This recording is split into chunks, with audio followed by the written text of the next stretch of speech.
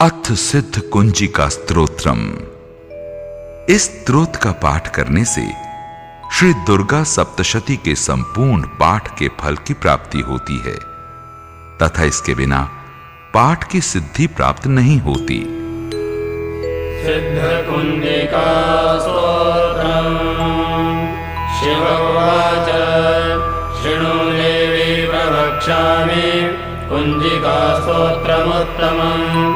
येन मंत्र प्रभावेण चंडी जापः शुभो भवेत्। न कवचं न गदा स्तोत्रं कीलकं न रहस्यकं न सूक्तं नापि ध्यानं च न न्यासो न च वाचनं। कुंजिका पाठमात्रेण दुर्गा पाठफलं लभेत्। अतिमूल्यतरं देवी देवानामपि दुर्लभं। गोपनीयं प्रयत्नेन स्वयोनिरिव पार्वती। मारणं मोहनं वश्यं स्तम्भनोच्चाटनादिकं। पाठमात्रेण संसिद्धेत् कुंजिका स्तोत्रमुत्तमम्। ॐ ऐं ह्रीं क्लीं चामुण्डायै विच्चे। ॐ ग्लौं हौं क्लीं जूं सः। ज्वालय ज्वालय ज्वल ज्वल प्रज्वल प्रज्वल।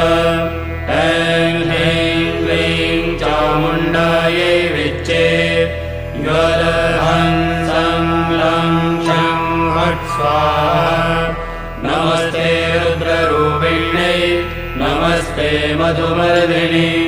नमः केटवहारिण्यै नमस्ते महिषादिनि। नमस्ते शुम्भहन्त्रे च निशुम्भासुरघातिनि। जाग्रतं हि महादेवी जपं सिद्धं कुरुष्व मे। ऐङ्कारी सृष्टिरूपायै ह्रीङ्कारी प्रतिपालिका। क्लीङ्कारी कामरूपिण्यै बीजरूपे नमोऽस्तुते। चामुण्डा चण्डघाती च यैकारी वरदायिनी। विच्चे चाभयदा नित्यं नमस्ते मन्त्ररूपिणी। धां धीं धूं धूर्यडे हवग्ने। वां वीं वों वागदेश्वरी। क्रां क्रीं क्रूं कालिका देवी। शां शीं शूं मे शुभं कुरु। हुं हुं हुंकाररूपिण्यै जं जं जं जम्भनादिनि। भ्रां